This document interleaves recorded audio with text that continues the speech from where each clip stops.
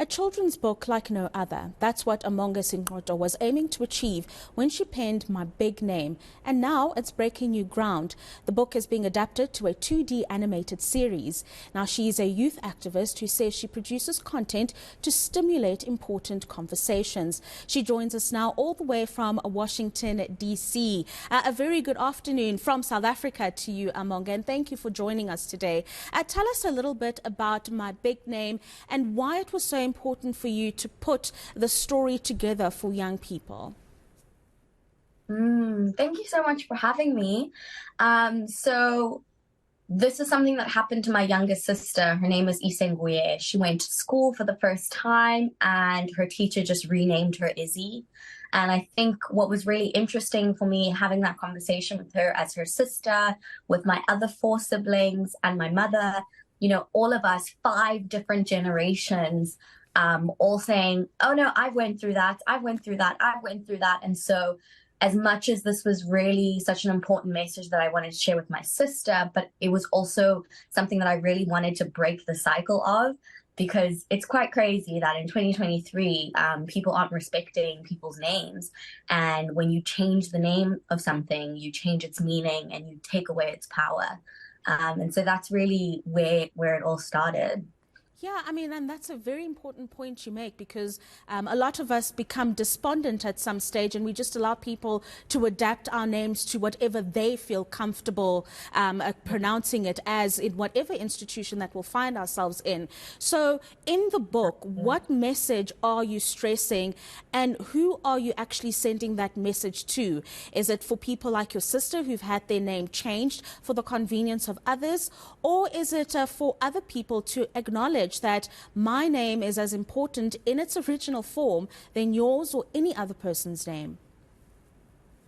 I think it's for both, right? Obviously, it's for the kids. It's for young people to be able to vocalize to authority figures like their teachers, like their, whoever they're interacting with, that, this is my name. And when you change it, you change its meaning, you change its power.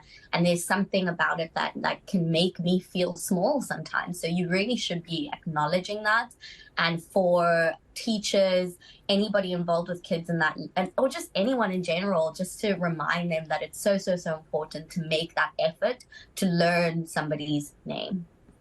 So tell us about the writing process and the challenges that you came across when you were putting the story together for young people. Writing for adults, teenagers and children are completely different because they receive messages in different ways. So what were some of the obstacles that you had to overcome to make sure that the story resonated well with the younger audience? Definitely. I think when you're talking to kids, you want to make things really, really simple, right? And I think that's how we came to the idea of the meaning of your name being a superpower, because everyone wants to have a superpower, right? And I think it's something that's really exciting for kids. So it also encourages them to hold on to it, because then it's part of my superpower. And anyone else who might unknowingly be making that mistake, then you also understand that somebody is maybe losing touch of their superpower. And so it's so important. But I think it was a really fun device that we were able to come up with that really, I think, translated that message in a really beautiful way, which was something that I thought was really necessary for this age group in particular. Yeah, so currently you're also pitching it as a television animation series in France, if I'm not mistaken. Why was it important for you to take it from a literary point of view onto the television or to other, I suppose, digital platforms where the animation series would be accessed? So obviously the message is we're trying to get it to kids, and animation is just an amazing, amazing way to do that. I've personally always been in love with the form of animation, and so we're really, really excited to be telling our stories and moving it into this narrative. So, I mean, the series is super exciting because it takes this question of coming into your identity, coming into your power to the next step. The book is about your name, but, in the series, we can explore your skin, your hair, your background, it's all of these really amazing things that make up somebody's identity. So it's really, really exciting to be turning it into this medium and to have pitched it at the biggest animation festival in the world. That's really where we're going to get the people who are going to make this whole dream come alive, from broadcasters to creative partners, etc.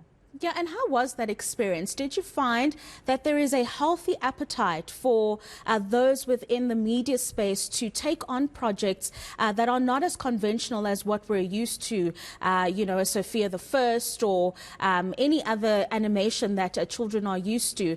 Do you think that there is a healthy appetite to explore people who are different and don't necessarily look like the conventional look that one would need to have to make it in the world?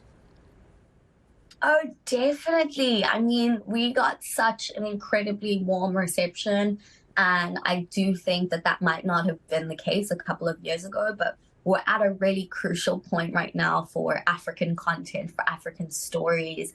They're being welcomed with open arms. I mean, we just saw now with the launch of Kizazi Moto, the anthology and the African anthology of like 10 different African stories. So, everyone is really eager to receive content from us. So it's really about making ourselves known, putting ourselves out there, and just being in the right rooms, because that's how things get made, right?